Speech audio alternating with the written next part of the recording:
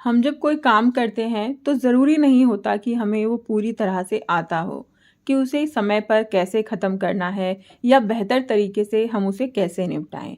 लेकिन धीरे धीरे समय के अनुसार और अपने हम अनुभव के अनुसार काम सीखते रहते हैं और उसे बेहतर तरीके से करते रहते हैं। हर दिन मेरा भी यही प्रयास रहता है कि अपने कामों को और बेहतर तरीके से और अच्छे तरीके से कम समय में कैसे करूं। तो दोस्तों, आज की इस वीडियो में आपके साथ मैं ऐसी ही कुछ अपने तरीके शेयर कर रही हूँ जो मैंने सीखे हैं समय के साथ और सोच रही हूँ कि आपके साथ शेयर कर दूँ।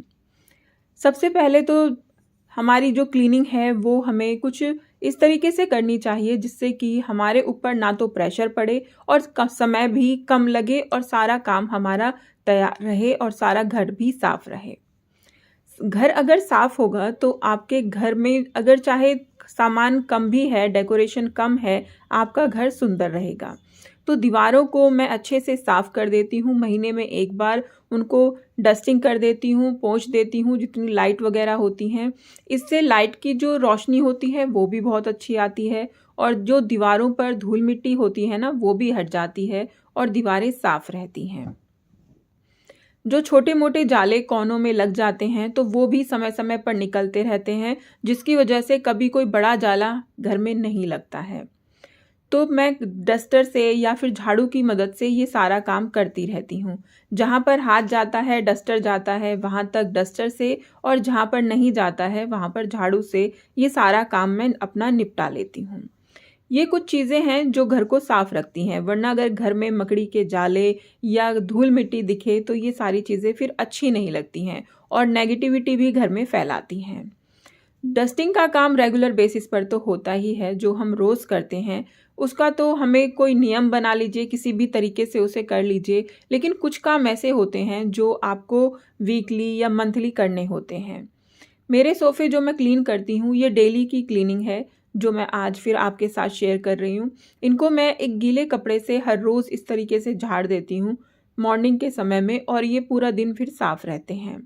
इस तरीके से पूरे दिन के लिए घर तैयार हो जाता है, बस थोड़ा सा समय लगता है। हम कभी कभी ना इसी चीज़ में आलस कर देते हैं कि अभी तो साफ लग रहा है, बाद में हम करेंगे, और फिर होता क्या है वो बाद नहीं आ पाता है और हमारा जो घर है वो गंदा होता चला जाता है। तो बस अपने इस आलस को थोड़ा सा साइड में रखने की ज़रूरत है और मुश्किल से 1-1.5 घंटा आपका मॉर्निंग में लगेगा और आपका घर बिल्कुल साफ़ सुथरा हो जाएगा। तो यहाँ पर सोफ़े सारे अच्छे से मैंने साफ़ कर दिए हैं।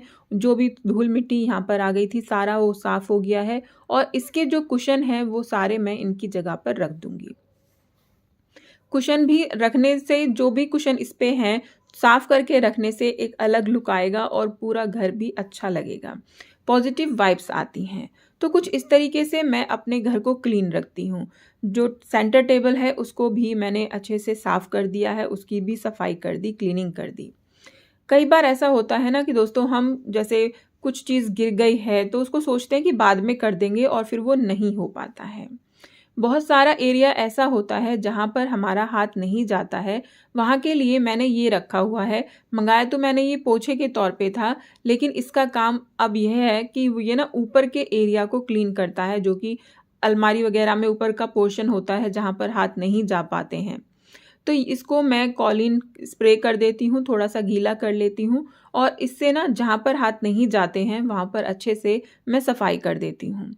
बहुत आसान है। अगर आपके पास इस तरीके का कोई टूल नहीं है तो आप ना वाइपर में भी कपड़ा लपेटकर थोड़ा गीला करके उससे साफ़ कर सकते हैं।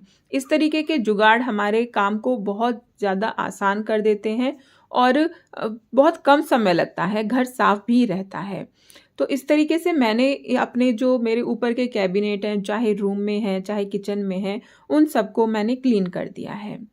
जब डस्टिंग हो गई है, सारा ऊपर से जाले वगैरह निकल गए हैं, तो झाड़ू भी अच्छे से मैं दबाकर निकाल देती हूँ, जिससे कि हमें जो भी छोटा-मोटा कण गिर गया है, वो सारे साफ़ हो जाएँ। झाड़ू से निकाल दें उसे बाहर। जो भी टेबल वगैरह है, उनको हटाकर साइड में करके सबको अच्छे से झाड़ू दबाकर निकाल दें। ये मॉर्निंग में तो झाड़ू लगती ही है, झाड़ू पोछा लगता है, लेकिन बाद में एक बार फिर से मैं ये काम कर देती हूँ, क्योंकि सुबह-सुबह इतनी अच्छे से क्लीनिंग नहीं हो पाती, क्योंकि उसके बाद मुझे बहुत सारा काम करना होता है।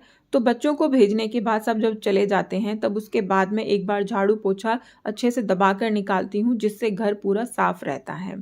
पोछा भी मैंने टेबल वगैरह को हटा-हटा कर अच्छे से यहाँ पर लगा दूँगी।